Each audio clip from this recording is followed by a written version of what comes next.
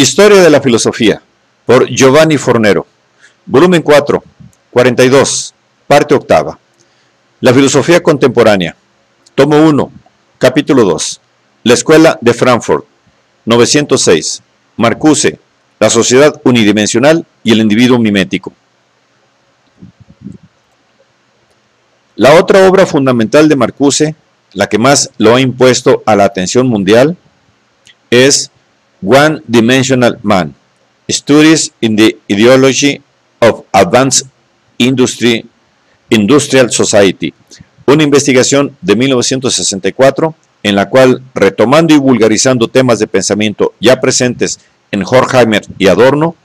se propone demostrar cómo la sociedad industrial y contemporánea tiende a ser totalitaria.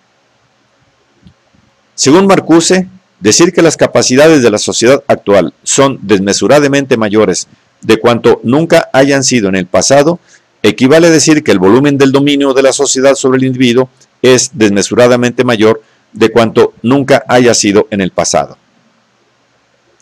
Es verdad que nuestra sociedad se distingue de las demás por cuanto sabe domar las fuerzas centrífugas por medio de la tecnología antes que por medio del terror, sobre la doble base de una eficiencia aplastante y de un más elevado nivel de vida. En efecto, explica Marcuse, el término totalitario no se aplica solamente a una organización política terrorista de la sociedad, sino también a una organización económico-técnica no terrorista que opera a través de la manipulación de las necesidades por parte de intereses constituidos. En otras palabras, el rostro totalitario de la sociedad actual consiste en el hecho de que ella impone sus exigencias económicas y políticas sobre el tiempo de trabajo como sobre el tiempo libre, sobre la cultura material como sobre la intelectualidad. La tesis de formas rígidas de control por parte del sistema industrial tecnológico presente, observa Marcuse, podría generar la acusación de una sobrevaloración excesiva de los media, que no tiene en cuenta el hecho de que las personas sienten efectivamente como propias las necesidades impuestas por la publicidad. En realidad, argumenta el filósofo, la objeción no hace al caso, puesto que el precondicionamiento no comienza con la producción en masa de programas radiotelevisivos y con la centralización de estos medios. Cuando se llega a esta fase, las personas son seres condicionados por largo tiempo. La diferencia decisiva está en la ocultación del contraste o del conflicto entre lo dado y lo posible, entre las necesidades satisfechas y las insatisfechas. Ocultación claramente unidimensional, continúa Marcuse, porque si el trabajador y su jefe asisten al mismo programa televisivo y visitan los mismos lugares de vacaciones, si la mecanógrafa se pinta y se viste de una manera tan atractiva como la hija del patrón, si el negro posee un Cadillac, si todos leen el mismo diario, etc., todo esto no significa la desaparición de las clases, sino el hecho de que los individuos actuales, más allá de las persistentes diferencias, tienen en común una misma introyección del universo de necesidades y de ideas que conviene a las élites dominantes. O más bien, puesto que el término introyección, caro a la psicosociología de la escuela de Frankfurt, implica aún la existencia de una dimensión interior distinta de las exigencias externas y contrarias a ellas,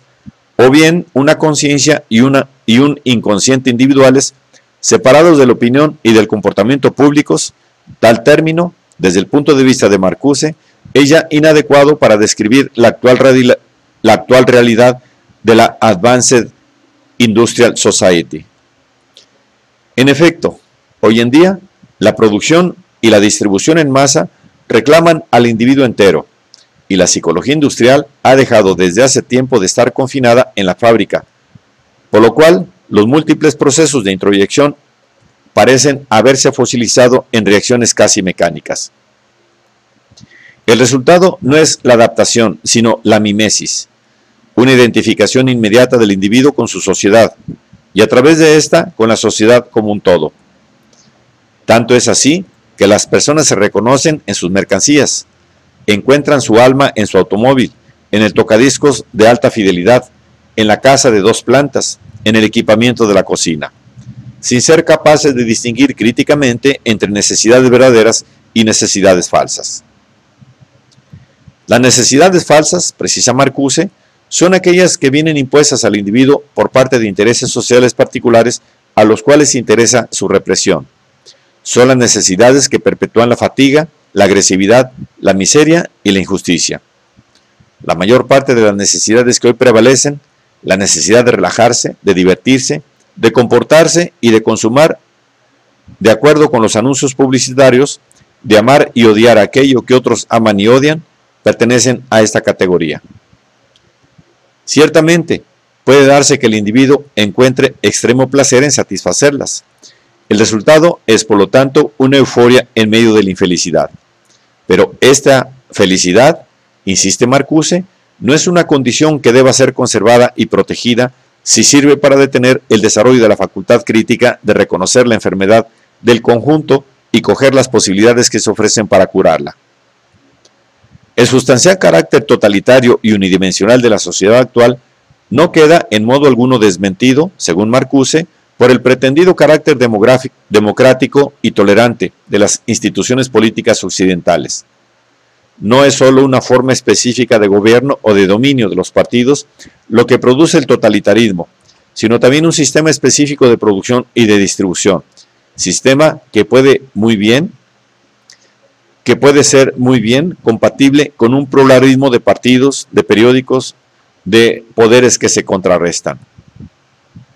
En efecto, Marcuse está convencido de que los derechos y las libertades burgueses, si bien han sido factores de importancia vital en los orígenes y en las primeras fases de la sociedad capitalista, cuando han servido para promover una cultura material e intelectual más productiva y racional, hoy han perdido cualquier fuerza y contenido. Una vez institucionalizados, estos derechos y libertades compartieron el destino de la sociedad de la cual habían llegado a ser parte integrante. La realización elimina las premisas. De allí la completa minusvaloración y el explícito desprecio de la democracia formal. La libre elección de los dueños no suprime ni a los dueños ni a los esclavos. Una confortable, lisa, razonable, democrática no libertad prevalece en la civilización industrial avanzada. Por lo que respecta a la tolerancia de la cual los Estados Unidos democráticos se vanaglorian, Marcuse habla de tolerancia represiva, entendiendo con este concepto el método propio de las sociedades neocapitalistas consciente en la tendencia a permitirlo todo, permisivismo, a condición de que ello, incluida la libertad de opinión, no perjudique concretamente los intereses de fondo del sistema. En consecuencia, no obstante las diferencias formales existentes entre ellos, Estados Unidos y Unión Soviética, desde el punto de vista de nuestro autor, presentan ambos una sustancial estructura totalitaria, que se expresa en una manera de vivir y de pensar monodimensional impuesta a los ciudadanos. Esto se puede ver claramente en un pasaje emblemático del escrito marcusiano, que vale la pena citar enteramente. El pensamiento a una dimensión es promovido sistemáticamente por los potentados de la política y por aquellos que le suministran informaciones para la masa. Su universo de discurso está poblado de hipótesis que se autovalidan, las cuales, repetidas incesantemente por fuentes monopolizadas, se convierten en definiciones y dictados hipnóticos. Por ejemplo, libres son las instituciones que operan o son utilizadas en los países del mundo libre. Toda otra forma trascendente de libertad equivale, por definición, a la anarquía o al comunismo, o es propaganda. Socialistas son todas las interferencias en el campo de la iniciativa privada que no son llevadas a cabo por la misma iniciativa privada o por imposición de contratos gubernamentales, como el seguro médico extendido a todos y a todos los tipos de enfermedades, a la protección de la naturaleza de los excesos de la especulación o la institución de servicios públicos que puedan perjudicar el provecho privado. Esta lógica totalitaria del hecho consumado tiene su contrapartida en Oriente. Allá, la libertad es el modo de vida instituido por el régimen comunista, y toda otra forma trascendente de libertad es llamada capitalista o revisionista, o pertenece al sectarismo de izquierda. En ambos campos, las ideas no operativas no son reconocidas como forma de comportamiento, son subversivas. No es nada extraño, pues, que en esta situación el sujeto mimético y unidimensional de la sociedad masificada actual tienda a hacerse conciencia feliz, o sea, a creer que lo real es racional, y que el sistema establecido, a pesar de todo, mantiene las promesas, perdiendo así el sentido de la diferencia entre aquello que de hecho es y aquello que de hecho debería ser, y aquello que de derecho debería ser. En efecto, fuera del sistema en el que vive, el individuo no consigue percibir otros posibles o diferentes modos de existir y de pensar, o bien es llevado a considerarlos abstracciones utópicas o fantasías inconsistentes, de las cuales su mente concreta y científicamente educada debe huir. La tela de araña del dominio se ha convertido en la tela de la razón misma, y la sociedad presente se ha enmarañado fatalmente en ella. Y los modos trascendentes del pensamiento parecen trascender la misma razón. De este modo, la realidad consigue englobar todo ideal que intente confutarla, incluida el arte, que si bien conservando en sí mismo la posibilidad de nombrar aquello que de otro modo es innombrable, se ve progresivamente vaciado en su carga contestadora y vuelto dócil a las exigencias del sistema y del mercado. Hoy, observa Marcuse, las contradicciones son eliminadas y los Don Giovanni, los Romeo, los Hamlet, los Fausto no son ya pensables como personajes trágicos, sino solo como neuróticos que se han de adaptar al entorno. En ellos, como en Edipo, piensa el psiquiatra, los cura. Tanto es así que la mujer fatal, el héroe nacional, el beatnik, el ama de casa neurótica, el gángster, la estrella del cinema, el dirigente industrial carismático, desarrollan una función bastante distinta de la de sus predecesores culturales, e incluso contraria. Ellos ya no son imágenes de otro modo de vida, sino que son más bien híbridos o tipos salidos de la vida normal que sirven para afirmar más que para negar el orden constituido. La filosofía que corresponde a este tipo de sociedad y constituye una de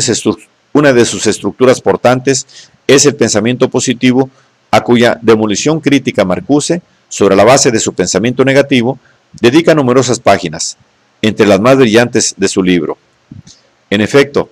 en el cientificismo neopositivista, nuestro autor percibe la derrota de todo pensamiento de la protesta y el triunfo de una filosofía a una dimensión, que hace la función de doble apologético de la sociedad unidimensional. No es sólo la potencia de los media y el éxito de la mentalidad positivista, inclinada a creer, con Wittgenstein, que la filosofía debe dejar cada cosa como es, lo que facilita la integración del individuo en la sociedad, sino también aquello que Marcuse llama desublimación represiva, es decir, la concesión por parte del sistema de una pseudolibertad instintual, que de hecho refuerza la sumisión del sujeto al sistema.